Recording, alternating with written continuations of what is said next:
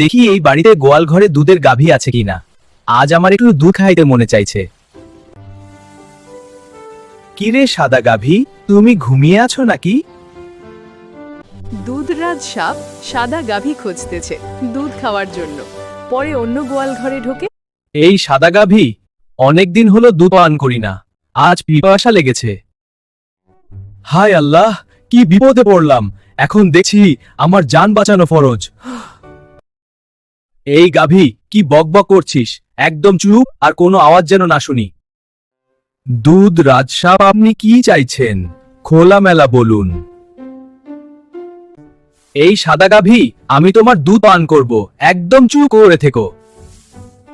তারপর দুধরাজ সাপ ধীরে ধীরে গাভী থেকে দুধ পান করতে শুরু করেছে। দুধরাজ সাপ, ধীরে ধীরে পান করো, আমি যেন ব্যথা না পাই।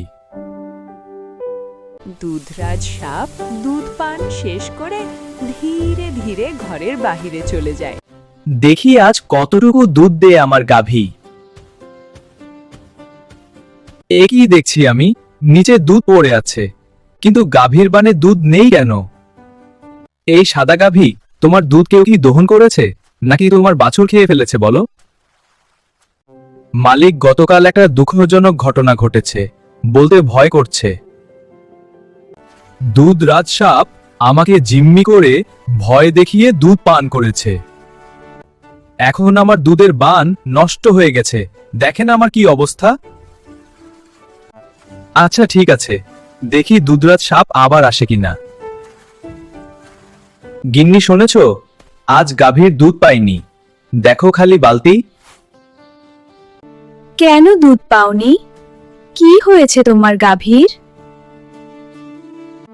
গাভী বলছে গতকাল নাকি দুধরাজ এসে গাভীর দুধ পান করে গেছে, আর গাভীর দুধের বান একেবারে নষ্ট হয়ে গেছে। কি বিপদে পড়লাম। আচ্ছা শোনো একটা কথা, আগামীকাল এই সাপটা কিভাবে মারা যায় তাই নিয়ে একটা পরিকল্পনা করো। আচ্ছা তাই করব। এখন ক্ষুধা পেয়েছে, নাস্তা বানাও। এই নাও বালতি, ঘরে যাও।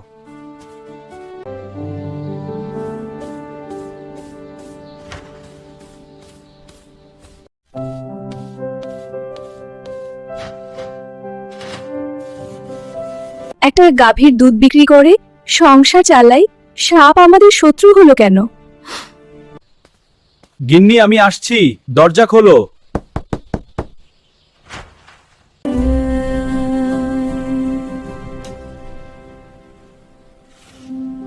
আগামীকাল ওই সাপটা মারার জন্য কি পরিকল্পনা নিয়েছো তুমি? প্রথমে চেক দিতে হবে সাপটা আবার আসে কিনা। যদি আসে দেখতে পেলে লাঠি দিয়ে আঘাত করব। ময়না তোমার বোন কোথায়? তাকে দেখছি না যে, আমার একমাত্র শালিকা। ও হ্যাঁ, সে তো কিছুক্ষণ আগে পাশের বাড়িতে গিয়েছে, তুমি নাস্তা করো। শোনো গিন্নি, সাপ এখন আমাদের প্রধান শত্রু, খুব সাবধানে থেকো, কখন কাকে ছোবল মারে কে জানে। আজ আবার গোয়াল ঘরে যাই, দেখি সাপটা আসে কিনা।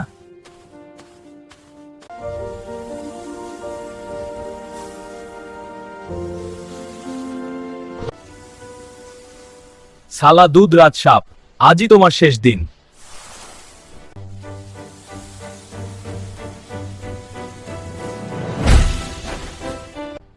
আজ তোকে শেষ করে দিলাম।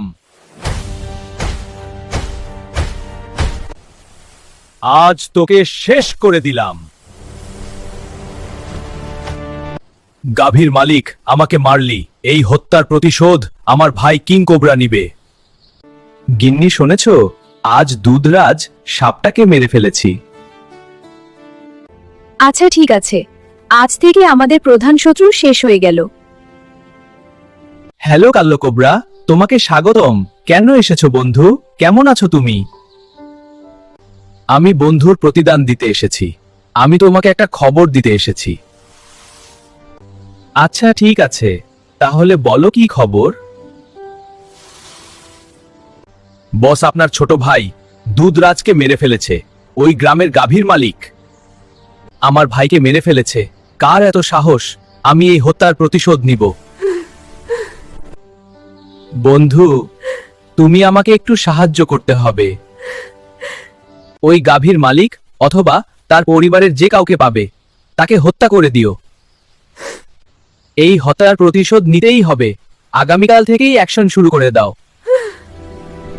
বস, আপনি যেভাবে বলছেন আমি ঠিক সেইভাবে কাজ করব। আপনি কোনো চিন্তা করবেন না।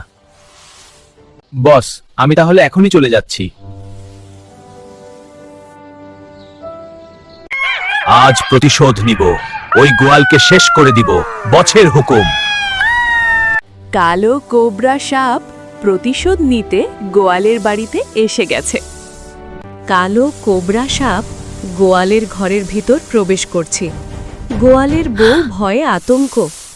তারপর কালো কোবরা সাপ গোয়ালের বউয়ের পায়ে ছোবল মেরে ধীরে ধীরে ঘরের বাহিরে চলে যাচ্ছে।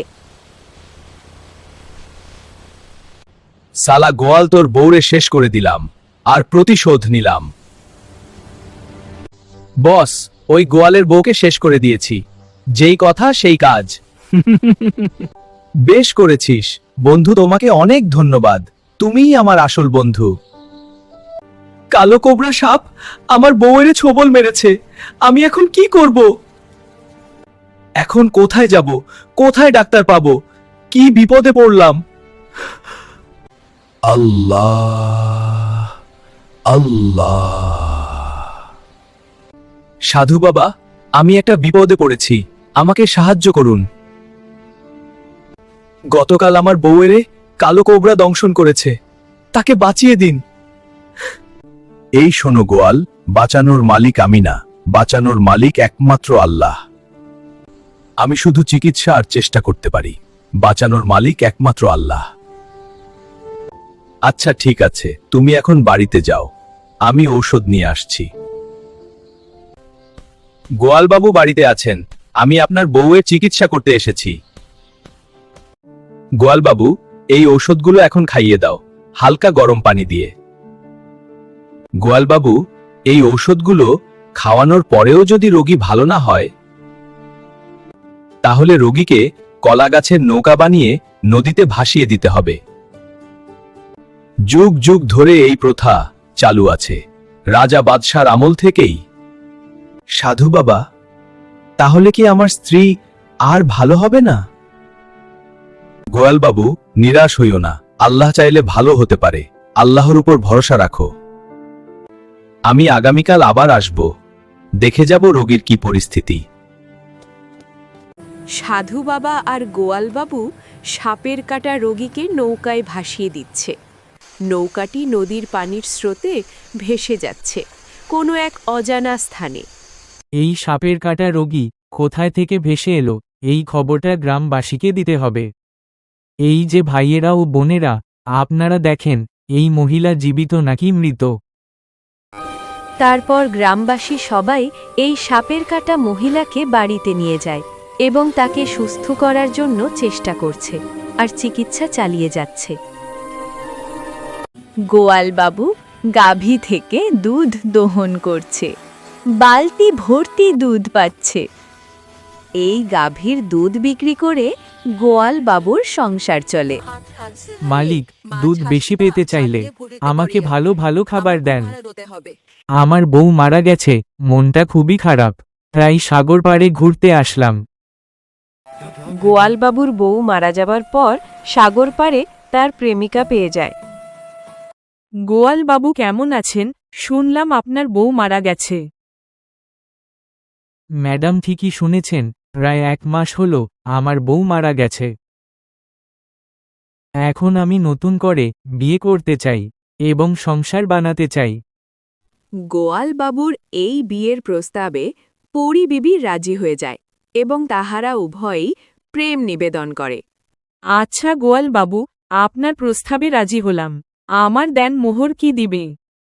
পরি বিবি, আমার একটি দুধের গাভী আছে, এই গাভীটা তোমাকে দিয়ে দিব। পরি বিবি, এইটাই আমার বাড়ি, আমি এখানেই বসবাস করি। বাড়িটা পছন্দ হয়েছে, চলো তোমাকে আমার ঘরটাও দেখিয়ে দেই।